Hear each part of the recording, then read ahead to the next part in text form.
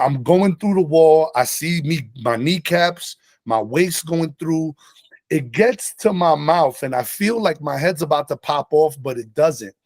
Once I start going through the wall, I can taste the plaster. I can taste the wood. I can smell the plaster as my nose goes through. I can smell the wood. I can start seeing kind of shapes, and then all of a sudden I'm outside my house. There's a tree right next to my house. I go directly up into this light, and I can taste the branches. I'm not even moving around the tree. They're sending me straight through the branches. What you think I really now? It is the shift that walk past on YouTube tactics to say. Welcome to the Shifter podcast, where we talk with everyone who is going through the shift and supporting and helping people in the shift. This time we have musician Schizo with us, who is also the main protagonist of the documentary Calling All Hybrids.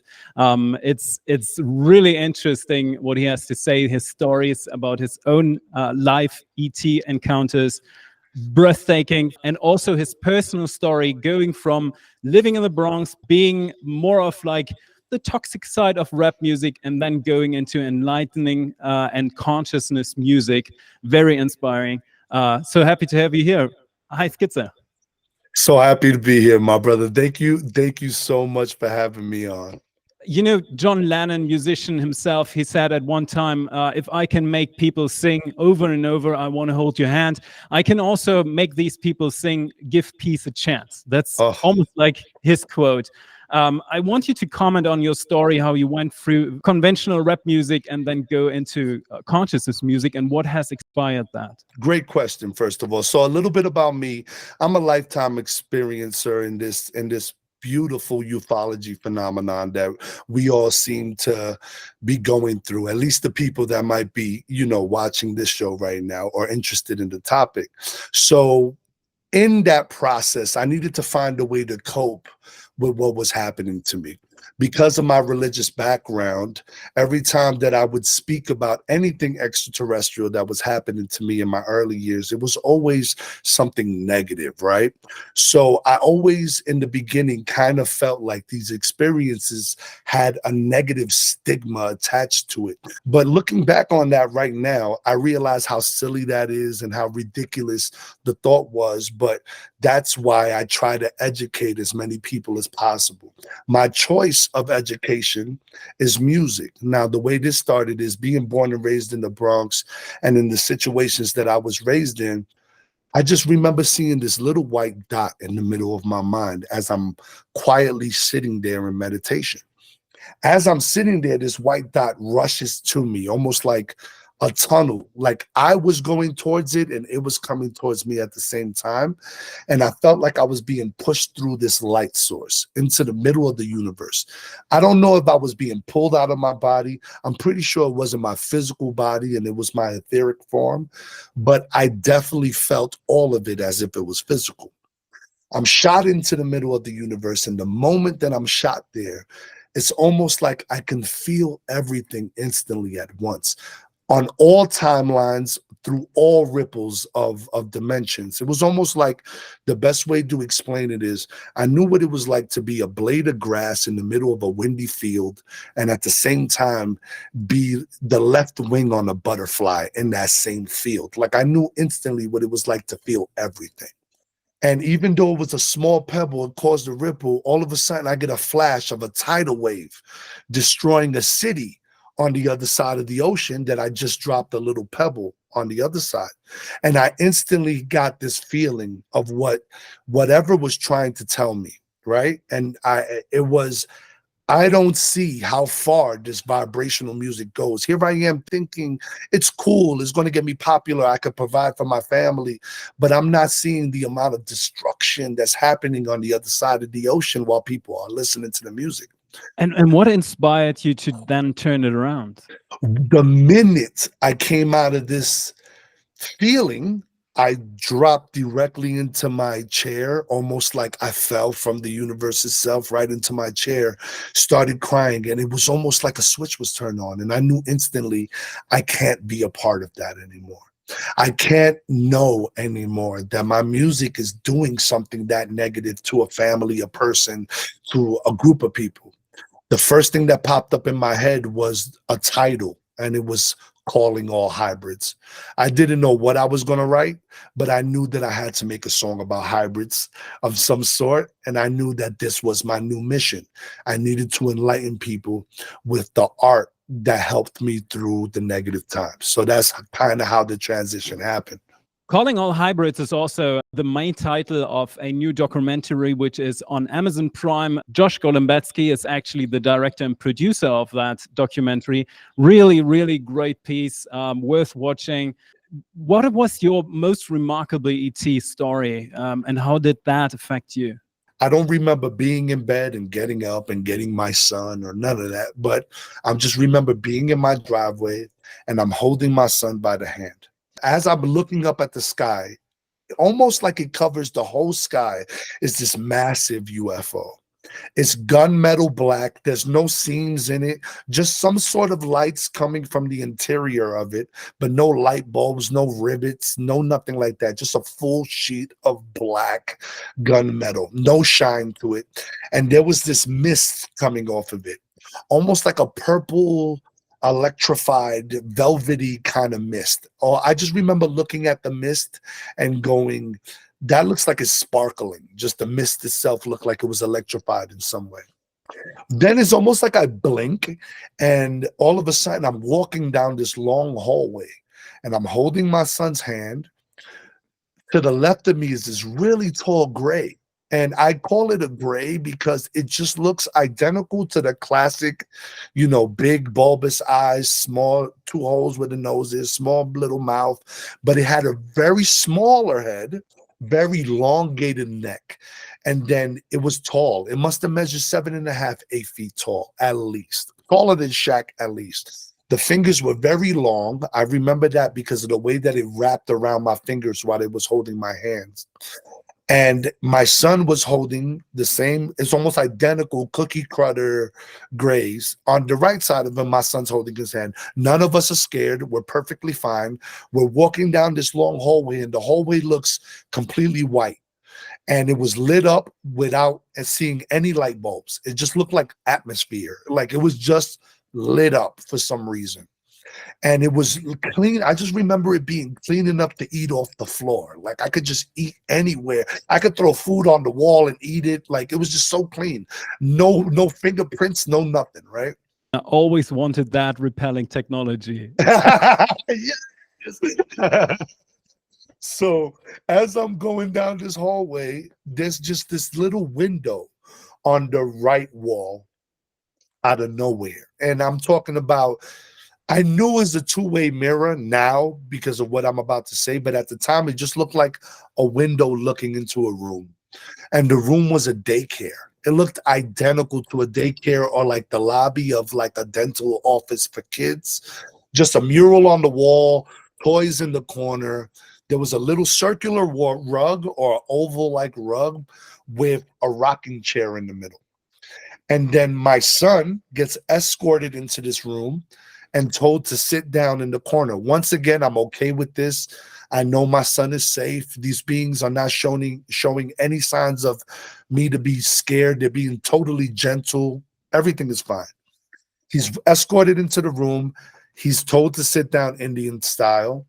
As he's sitting down Indian style in the corner, these other hybrid-like beings walk into the room. They look like they're wearing gauze. It looks like a hospital gown, almost identical to a hospital gown, but not the same material. Almost like gauze-like material. It looked like gauze. And almost 2 or 3 kids walk in and they sit down in a circular formation with my son, not around my son, with my son in the middle. Like my son is helping form this circle. And there's this item in between all of them, and they're almost playing catch without catching the item. It's just floating towards them. They're laughing. It's almost like they're teaching my son how to move things with his mind on board ship. It's weird. But as I'm looking at that, I'm being escorted into the same room. And this is when I'm noticing that it's a two-way mirror. Because as I'm seeing the rocking chair, I'm seeing the reflection of myself in the rocking chair about to sit down, and I can see the daycare and everything. So now I'm noticing that it's a two-way mirror. And I go, okay, that's interesting. I sit down, and in the mirror, I can see this lady start walking into the room. And she's beautiful, fair-skinned lady. I can tell she's not all the way human because of the size of her eyes, were just almost 2 to 3 size the size of normal eyes, and the mouth was almost 2 to 3 size smaller than a normal mouth. So that was almost like the things that were different. The ears were a little smaller, the nose was a little smaller. So she looked very human, but very not human at the same time, if that makes sense. Do you think when she was on like a regular street, would you think people would have noticed her? Not unless you're really staring. Like if she's just passing by you, you would just be like, that's a lady that just looks like a different lady. But if you're really staring at her, you're going, okay, those eyes are a lot bigger than they need to be. You can kind of tell the proportions are off. So she proceeds to hand me a baby. And I just remember being handed this baby and looking down, and this baby had barely any hair. The eyes were very big and black, but almost sunk in a little bit, like indented in, not out and protruding. And it's just very pale. And I just remember being handed a bottle, and I'm being gestured, not told, to feed the baby, almost like here. Like as I'm doing the gesture of trying to feed, the baby does not want to eat. It's almost barely not even interested in the body. I get this sense like, is this my baby? Are you watching me to see if I'm bonding with this being? Like, I feel like they were watching me to see if I was bonding with it in some way. Like, it's dying. Do whatever humans do to fix it. And that's kind of what I was feeling from it. Then it's almost like I blink and I'm in the middle of this auditorium, and I'm sitting in this chair, and there's this, the only way to explain it is this obese lady sitting next to me. She's dark skinned lady, obese. She got like cornrows. And I'm looking at her and I'm like, hey, what's up? And she's like, hey, what's up? And we're having like a normal conversation. She's telling me she's from A Brooklyn. human, right? That was a Yes, human. very human, superhuman. She's telling me she was from Brooklyn. I'm telling her I'm from the Bronx. All of a sudden, this being comes walking in, and it looks like it's just made out of jelly. It's just, it has a head, shoulders, arms, body, legs, but it almost it's moving like it doesn't have bones, almost kind of like very wavy like. And it gestures to this box on top of this table. The box opens up from the top, and this hologram comes out, and it's like an HD hologram, 8K, best resolution I've ever seen in my life. Hologram, never seen technology like that type hologram. And it's the Earth just spinning in a circle. And then this little meteor comes in, hits the Earth explodes, and I hear telepathically in my mind, when this happens, you will all have a job to do.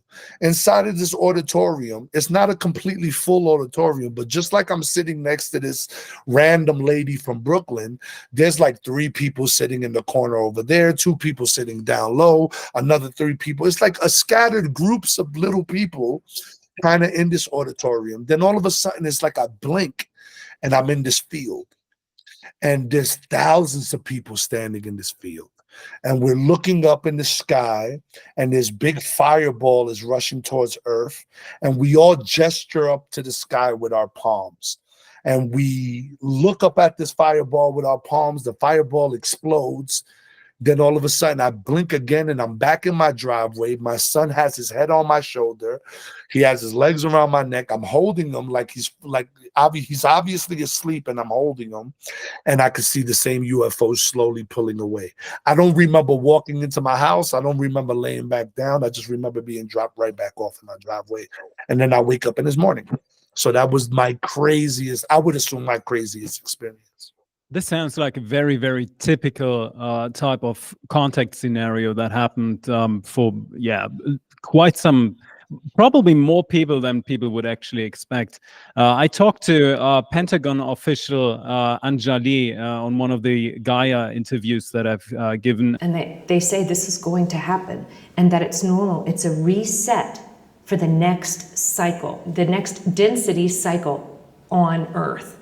And we're upgrading to fourth density here. The reason for disclosure now is that when these changes are occurring, we're going to be really tested, and they want us to understand that. They also want us to know that some of us are they're looking for us, our family, and they want us to come back. She was describing that as a young kids. She was brought into the school of the grace. She was reporting that she was told at one point the earth is going through the shift. And that's, we're talking about the shift, the Shifter podcast. Yeah. And she was saying, the energy, or this ball of energy, comes directly from the sun, related to consciousness. And this consciousness wave is going to hit earth. And it's going to up level everyone in her consciousness on this planet. Do you feel that that was the message given about the earth shift that you've received? 100% do not feel in any way, shape, or form that this was like a destruction of the earth prophecy. I resonate a lot more with what you're talking about, because the more I think about it, while I was having that experience a couple of years later, we start getting the shift in consciousness, and everybody starting to change even the way they're relating to the information now, even in the mainstream. So I would definitely agree with you and say that it was a metaphor for a shift in consciousness, that they wanted certain or all experiencers that might have a knack for spreading the message to a large amount of people to be ready for that shift. Beautiful. Schizo, we're almost at the end of the Shifter podcast, but I want to ask you one last question about the shift, because you and your music play a role in that. You educate people, literally calling all hybrids. How do you see your role, and what are you actually doing, in order to bring that consciousness, and how should people feel about it? All right, awesome. Great question. And the way I look at it is like this. I don't consider myself in any way, shape, or form to be like a Neo in a Matrix, right? I consider myself more as a small piece of a really big puzzle. And if we all do our part, right, there'll be no gaps in this puzzle, and we can all see a picture that we can all agree with and be a part of. So I think my goal, and the reason why I was given the memories and the experiences that I've been so lucky to have with these beings, is because they knew in some way, shape, or form that I was going to translate these experiences into my art form. I was able to transition and change my music in a way that allows me to almost look at a path that used to have leaves on it and watch all the leaves get blown away and turned into a path that I know exactly where I'm going. So if I want anybody to view what I'm doing, is simple.